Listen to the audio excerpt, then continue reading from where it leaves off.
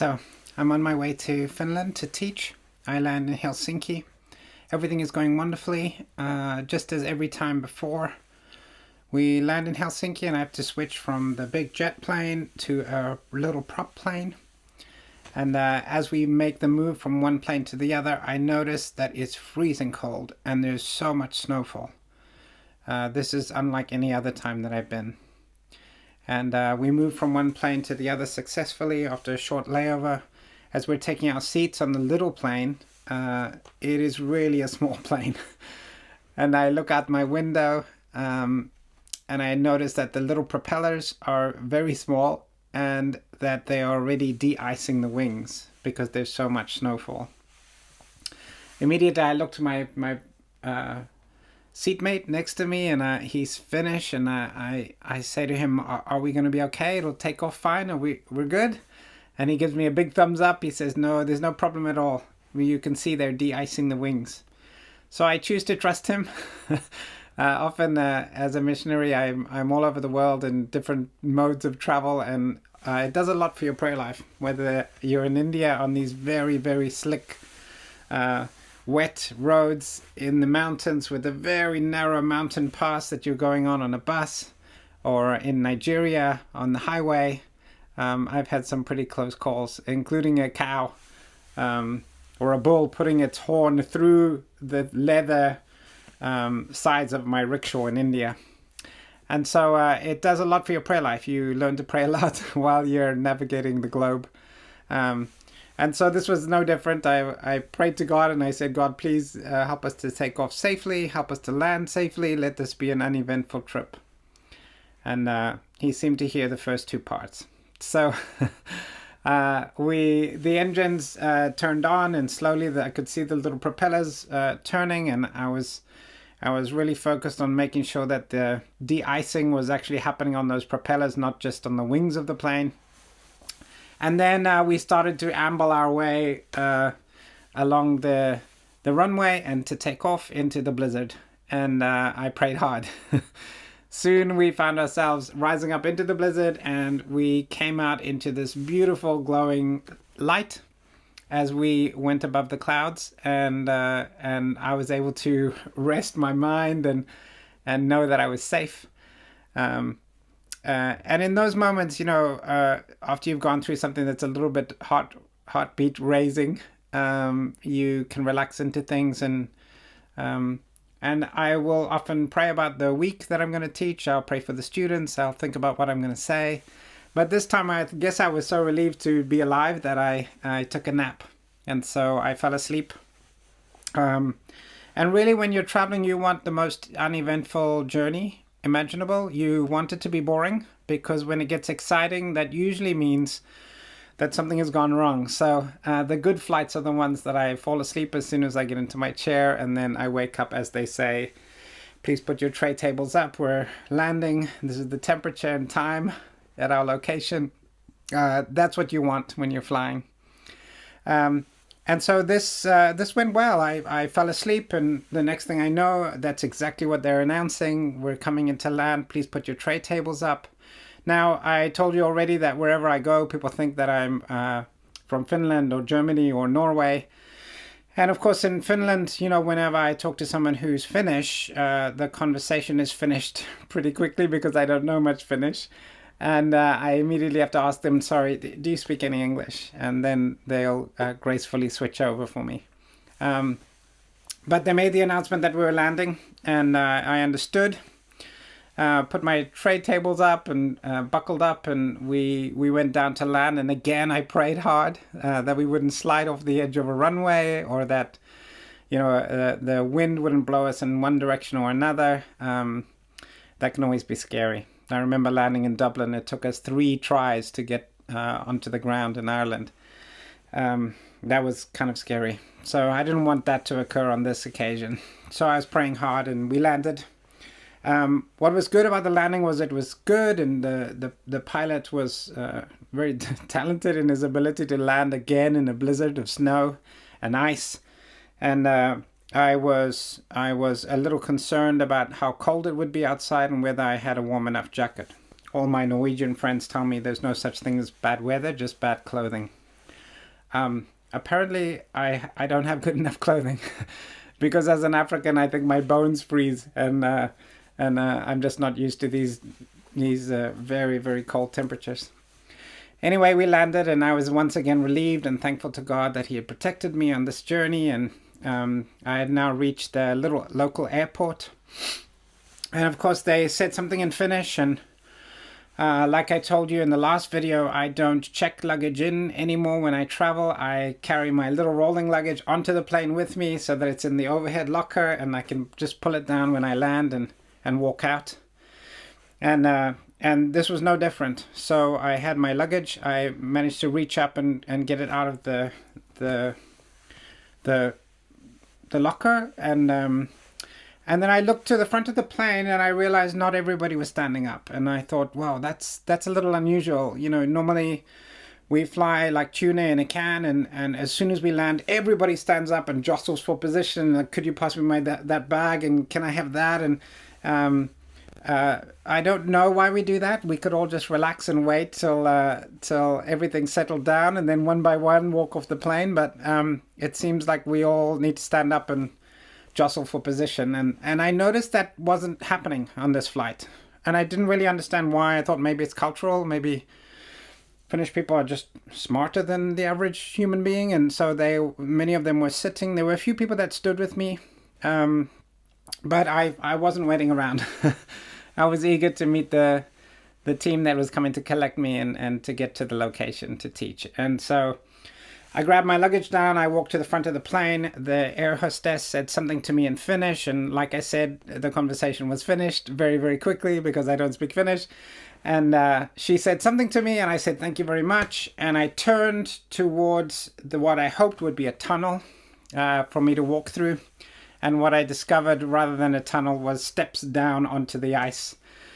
So that did not please me much, because I knew I would probably freeze on the journey between the plane and the terminal, because now I would have to walk across the ice like a little baby penguin, happy feet situation. So I walked down onto the ice, and then I kind of waddled my way, trying to support myself with my rolling luggage across the ice, and I hit the entrance for the hotel, for the airport, and I could see above the airport it said Jyväskylä, and I thought, okay, wow, that probably means welcome in Finnish.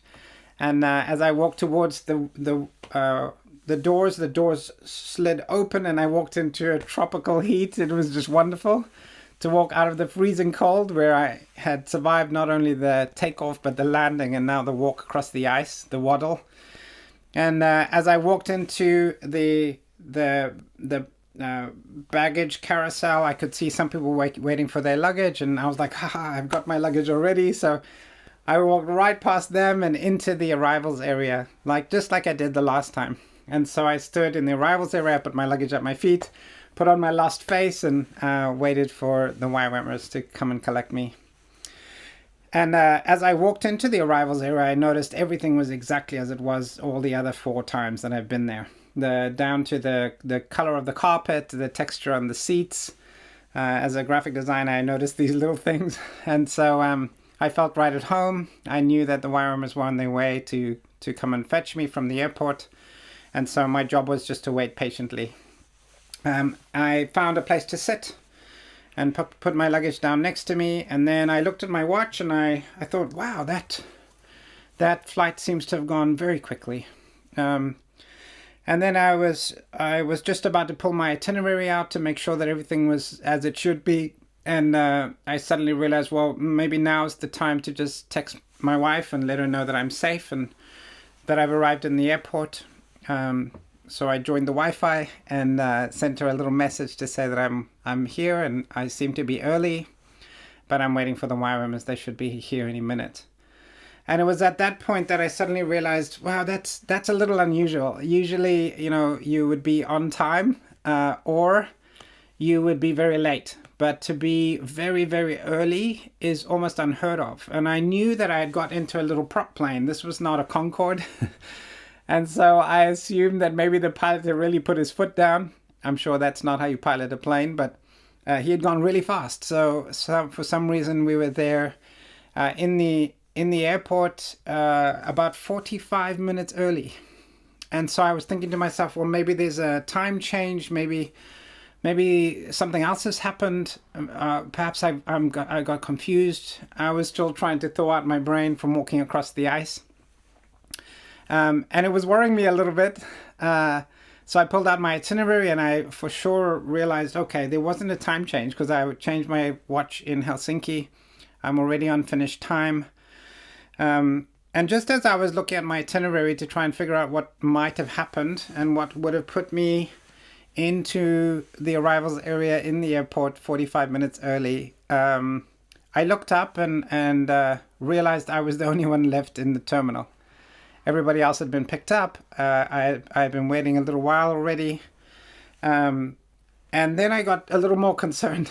And I don't know whether the lady working at the airport noticed my concern, but she walked over to me and she said something to me in Finnish, and I didn't know what to say. So I said, "Do you speak English? I'm sorry, I don't speak Finnish." And she said, yes, sir, sorry. I just need to let you know that the airport closes at 6 p.m. And I was left kind of scratching my head. I didn't really understand what it was she was trying to tell me. But sure enough, I looked at my watch and it was 5:15 Sunday evening. And she was telling me that in 45 minutes, the airport closes. Which kind of set my heartbeat racing a little bit because I knew in 45 minutes, if I wasn't picked up by then, I would now be on the outside of the airport, as I would be helping the lady to lock up the doors and close all the windows on this little local airport. So I said to her, please, don't worry, my friends will be here any minute. It's just a matter of time. They probably are about to reach me right at this moment. And I was saying that both to her and to myself so that I could feel calm and not freak out. So she said, oh, that's fine. And she wandered off again. And then about 15 minutes later, my friends still had not arrived to pick me up. And I was getting a little concerned about that, a little concerned about being outside when we locked up the airport. And then the same lady came by again and she said, excuse me, so I just do need to let you know that, in half an hour now, I need to lock up the airport. I go home. So I said, oh, it's fine. My friends will be here. And my pulse was racing at this point. Then she came a third time, and on the third time she looked very, very concerned. And so I kept looking at her, and I was like, I'm sorry, maybe you have amnesia, but you've told me this 3 times that the airport closed at 6 p.m. I don't know what to do. My friends are coming, and they're meeting me here. And then she said to me something very interesting. She said to me, where are you traveling to? And I found that very confusing. Because I had got on a plane in Dublin, I had flown all the way to Helsinki. I had switched from the big jet plane to the small prop plane in Helsinki. And then I had flown to this airport, my final destination, where my friends were waiting to pick me up. And she said to me, where are you traveling to? And I said, I traveled to here. The plane flew me from Helsinki to here. This is my destination. And she said, no, what is the airport you're traveling to? And so I said to her, I'm traveling to Kokkola. And that's when her face went white. She looked shocked. And she suddenly said, oh, I think I know what's happened. So I said, well, would you mind sharing with me? I have no idea what's happening. And she said to me, oh, in winter time, what happens is the plane flies from Helsinki to Kokkola.